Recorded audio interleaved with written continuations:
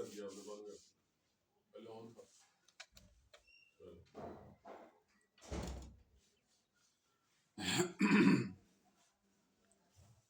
بسم اللہ الرحمن الرحیم نحمده ونصلي ونسلم على رسوله الكريم اما بعد اعوذ باللہ من الشیطان الرجیم بسم اللہ الرحمن الرحیم ام تريدون ان تسألوا رسولكم كما سئل موسى من قبل ومن يتبدل الكفر بالإيمان فقد ضل سواء السبيل صدق اللہ العظیم.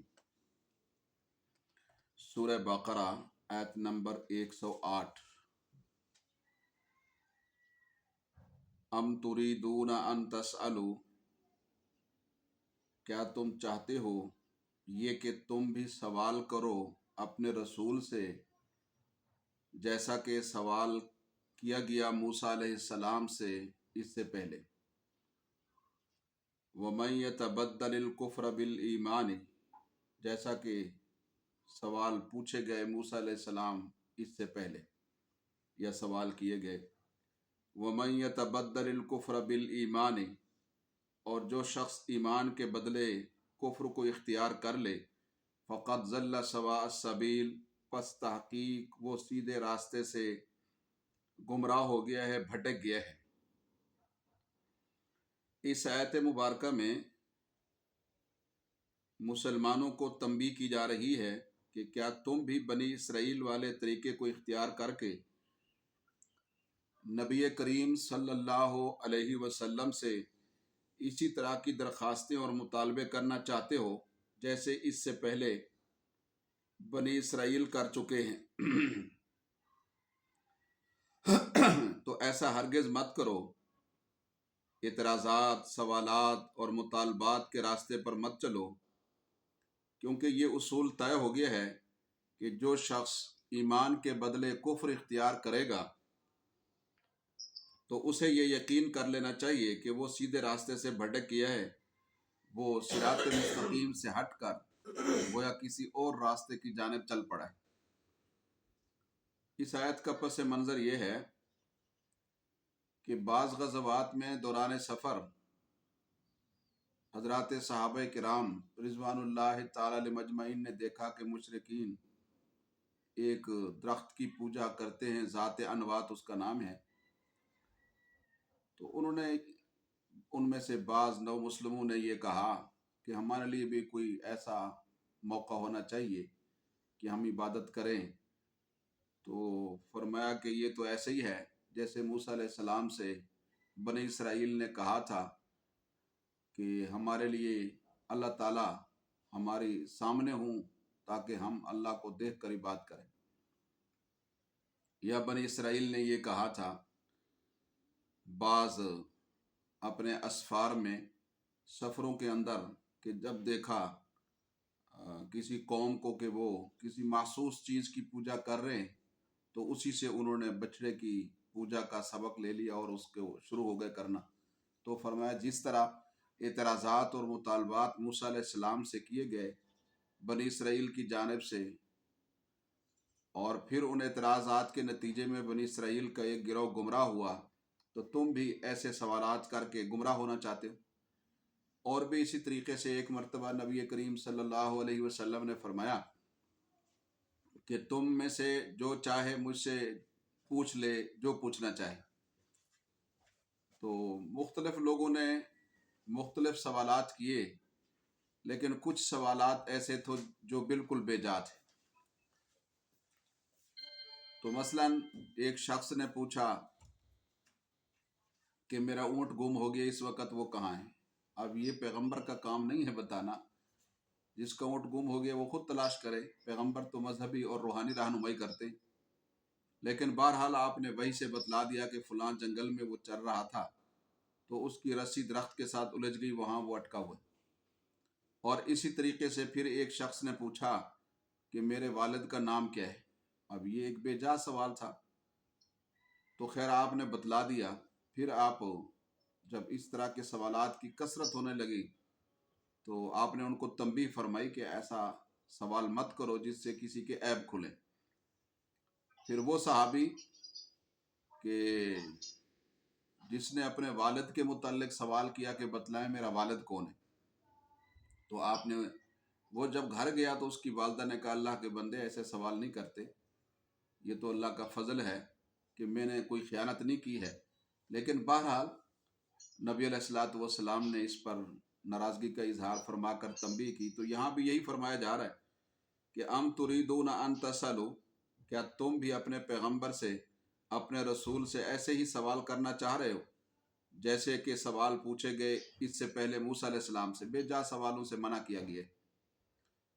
فرمایا یا ایھا الذین آمنوا لا تسألوا عن اشیاء تبد لکم ان تسؤکم، اے اہل ایمان ایسے سوالات مت کرو کہ اگر وہ ان کی حقیقتیں تم پر ظاہر ہو جائیں تو پھر ظاہر ہے کہ تمہیں اچھا نہ لگے۔ تو یہ اس آیت کا اور اس کا مضمون ملتا جلتا ہے۔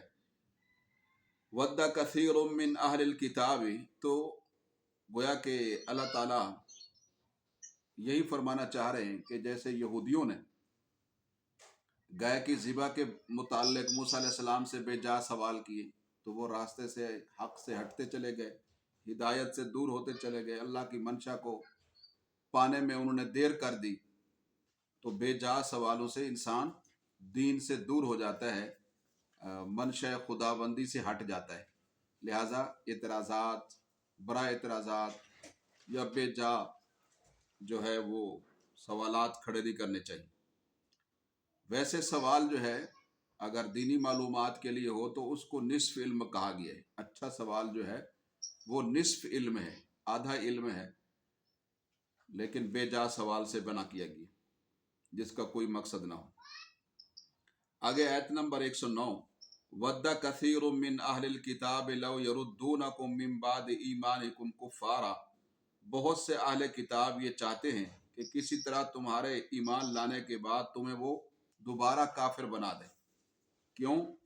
حَسَدًا مِّنْ عِنْدِ أَنفُسِهِمْ، ایسا وہ اپنے دل کے حسد کی وجہ سے کرنا چاہتے ہیں۔ مِن بَعْدِ مَا تَبَيَّنَ لَهُمُ الْحَقُّ، حالانکہ ان کے سامنے حق بھی واضح ہو چکا ہے، لیکن کوئی بات نہیں، یہ ان کی کارستانیاں ہیں، تمہیں ایمان سے متزلزل کرنا چاہتے ہیں۔ فَاعْفُوا وَاصْفَحُوا، تم انہیں معاف کرو اور درگزر کرو، حَتَّى يَأْتِيَ اللَّهُ بِأَمْرِهِ، یہاں تک کہ اللہ لائے اپنا حکم بھیج دے۔ ان اللہ علی کل شیء قدیر، بے شک اللہ تعالیٰ ہر چیز کے اوپر قادر ہے۔ تو اس آیت مبارکہ میں یہودیوں کی ایک خواہش اور تمنا کا ذکر کیا ہے کہ تم کسی طرح واپس کفر کی جانب لوٹ جاؤ، جس اندھیرے سے نکل کر تم روشنیوں کے سفر پر چل پڑے ہو، واپس انہی اندھیروں میں جا پڑو۔ اس کی وجہ یہ نہیں ہے کہ وہ تمہیں باطل پر اور خود کو حق پر سمجھتے ہیں، بلکہ وجہ یہ ہے کہ یہ ان کا حسد ہے کہ مسلمانوں کو اتنی عظیم الشان کتاب کیوں دی گئی، انہیں آخری امت کیوں بنایا گیا، انہیں تھوڑی سی مدت میں زیادہ اجر و ثواب سے کیوں نوازا گیا، اور نبی آخر الزمان صلی اللہ علیہ وسلم کے دین کے غلبے کا وعدہ ہوا ہے، تو یہ دین روز بروز کیوں غالب ہوتا جا رہا ہے۔ تو انہیں اس بات پر حسد تھا کہ نبوت اور سلطنت بنی اسرائیل سے نکل کر بنی اسماعیل کے ہاتھوں میں کیوں چلی گئی۔ وہ اس بات پر جلتے تھے کہ دنیا میں جو ہمارا علمی روب اور روحانی دبدبہ تھا وہ بہرحال ختم ہو رہا ہے مسلمانوں کی وجہ سے۔ تو مسلمانوں کو یہ حکم دیا گیا ہے کہ تم انہیں ان کی جلن اور ان کے حسد کے اندر پڑا رہنے دو، ان کی تکلیفوں اور بد زبانیوں سے درگزر کرو، انہیں معاف کرتے رہو، اپنے کام سے غافل نہ رہو، اپنا کام کرتے رہو دین کے غلبے کا۔ جب اللہ کو منظور ہوگا تو اللہ کا فیصلہ نافذ ہونے میں کوئی رکاوٹ نہیں آ سکتی، کیونکہ اللہ ان اللہ علی کل شیء قدیر کی شان کا مالک ہے، بے شک اللہ ہر چیز پر قادر ہے۔ تم کرنے والے کام کرو۔ وَأَقِيمُوا الصَّلَاةَ وَآتُوا الزَّكَاةَ، وہ یہ ہیں آیت نمبر 110، یہ کہ تم نماز قائم کرو اور زکوٰۃ ادا کرو۔ وَمَا تُقَدِّمُوا لِأَنفُسِكُم مِّن خَيْرٍ، اور تم اپنے لیے جو بھی خیر اور بھلائی آگے بھیجو گے نیک عمل، تَجِدُوهُ عِندَ اللَّهِ، تو اس کا تم اللہ کے ہاں اجر اور ثواب پاؤ گے۔